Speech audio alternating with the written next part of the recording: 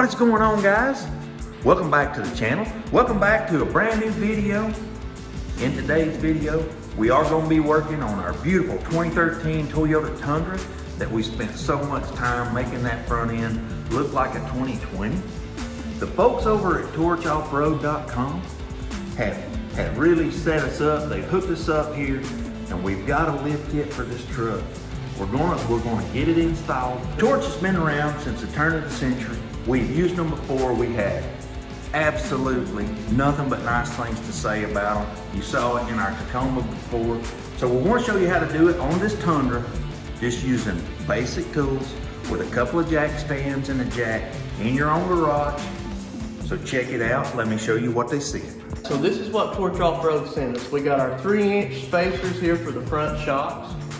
We've got 2 of those. We got our 2-inch blocks for the back. We got brand new U-bolts to deal with the lift. We got some skid plate spacers, and we got some differential drop spacers.